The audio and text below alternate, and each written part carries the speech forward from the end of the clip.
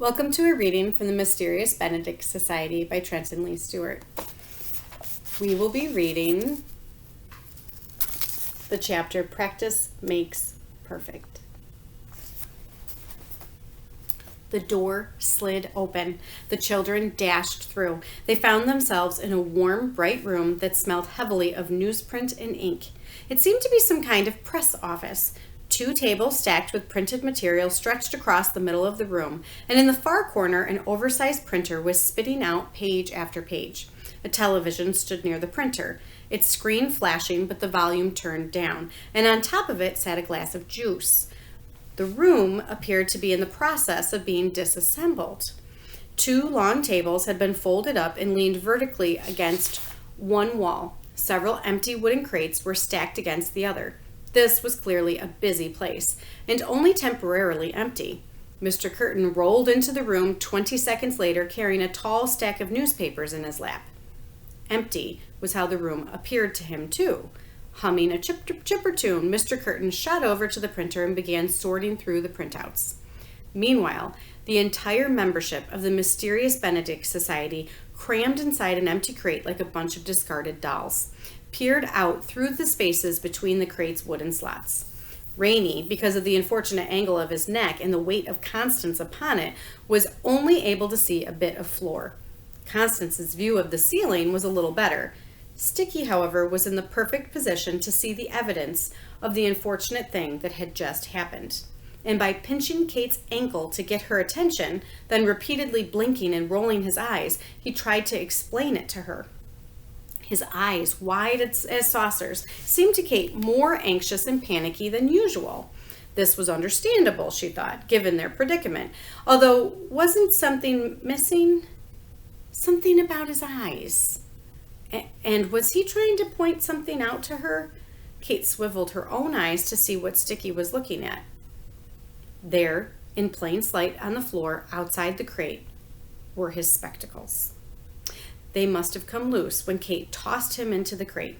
She hadn't seen them fall. She was too busy throwing Constance over her shoulder, tumbling in after the boys, and pulling the top of the crate over them. But she saw them now, all right, and if Mr. Curtin hadn't been absorbed in his newspapers when he came in, he would have spotted them too. But the moment he finished his task at the printer and turned around, Kate could tell the spectacles were beyond her reach. She would need to consult her bucket. This proved a bit tricky, though. One arm she could not move at all. The other she had to thread around Constance's neck while pressing her elbow into Sticky's nose. And she had to bend her wrist backward at an unnatural angle that hurt like the dickens. A bit tricky, yes, but Kate managed it. And with a sharp tug, which brought tears to Sticky's eyes, she had her horseshoe magnet. The spectacles had wire rims. Kate just hoped it was the proper kind of wire. Mr. Curtin had turned the volume up on the television. A news anchor was saying something about the emergency. Mr. Curtin giggled, actually giggled, as if he were watching a comedy show. He sipped his juice and returned to his work, humming again. From her awkward angle inside the crate, Kate could see Mr. Curtin's wheels pointed toward the printer. Now was the time. She slipped her arm between 2 crate slats and stretched it out as far as she could. The magnet was still a few inches short of the spectacles. Gripping it as tightly as she could between 2 fingers, Kate stretched just a tiny bit further. The spectacles twitched, then quivered, then slid over to meet the magnet with a click. Mr. Curtin's humming stopped. "Hey, who's there?" With a sharp squeak, the wheels whipped about to face the crate, into which Kate, a split second before, had drawn the spectacles. There was a long pause, a tap, tap, tapping of fingers on a hard surface, and finally a grunt. The wheels turned away. A few minutes later, Mr. Curtin had left the room. The children piled out of the crate, stretching their stiff limbs and rubbing their bruises. Randy looked quickly about.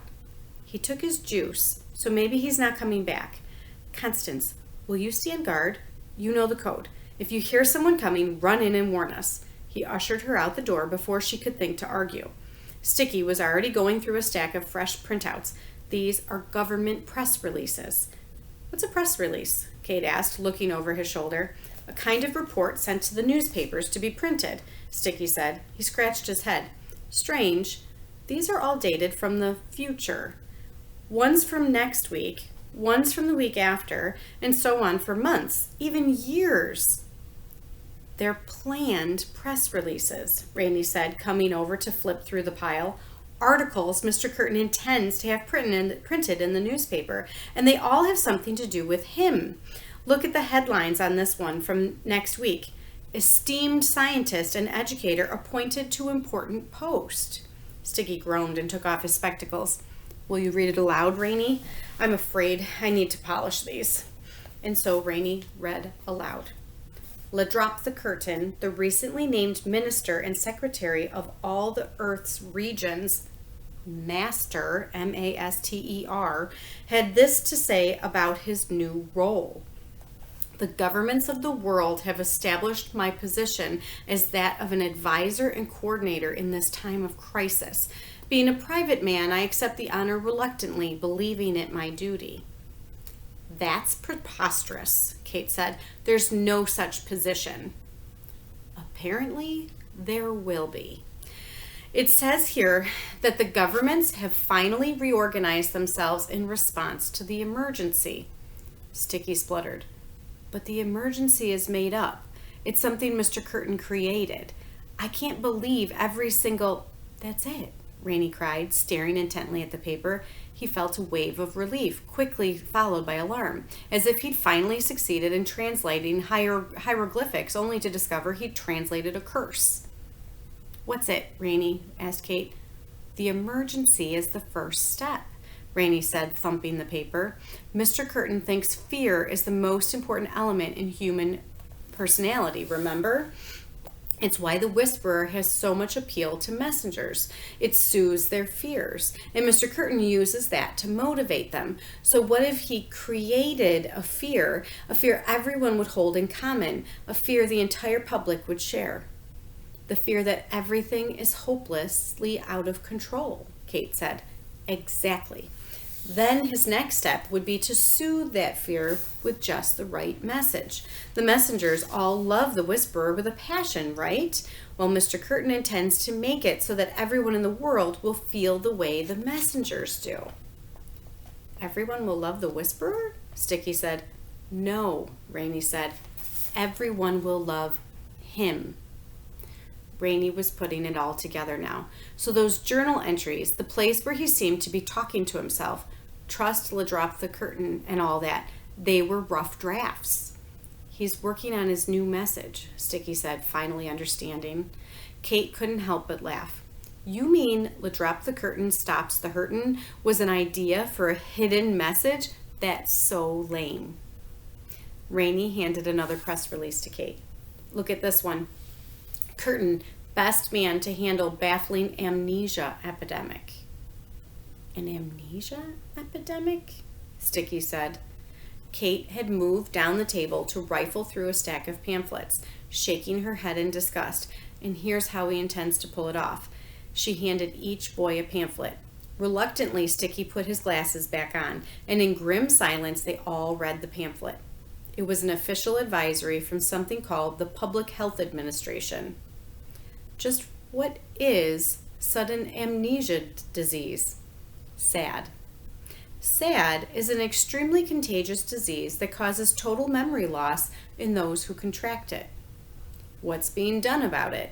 Although the origin and cure of this disease have yet to be found, they're being investigated by a group of experts headed by none other than Ladrop the Curtin, the highly regarded scientist and our newly named minister and secretary of all the Earth's regions.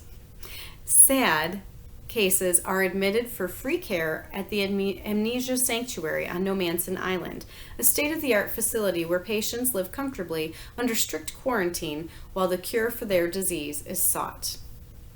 Am I a SAD case? Are my neighbors? A common first symptom of SAD is the belief that one hears children's voices in one's head. The onset of this symptom is most sudden, and once it has begun, it persists without interruption until amnesia sets in. Rainey flipped to the next page. which showed a picture of two smiling recruiters. They had their hands on the shoulders of Jackson, the executive, who was trying his best to look miserable and sad at the same time. The photo caption read, "Already feeling better, a sad case jokes around with our friendly doctors." Sticky had finished the pamphlet and hurried to the other table. "There are more over here, printed in dozens of languages." "I can't believe it," Kate said. "It doesn't make sense." For Rainey, it all made too much sense. The last piece of the puzzle had fallen into place. "This whole thing," he said bleakly. "The helpers, the recruiters, the messengers, the entire institute. It's all been one big experiment to make sure his plan can work. Mr. Curtin has been practicing. The institute will become the amnesia sanctuary. He needs a place to put all the people who resist him." "People like us?" said Kate. "People including us," said Sticky. And that is the end of that chapter.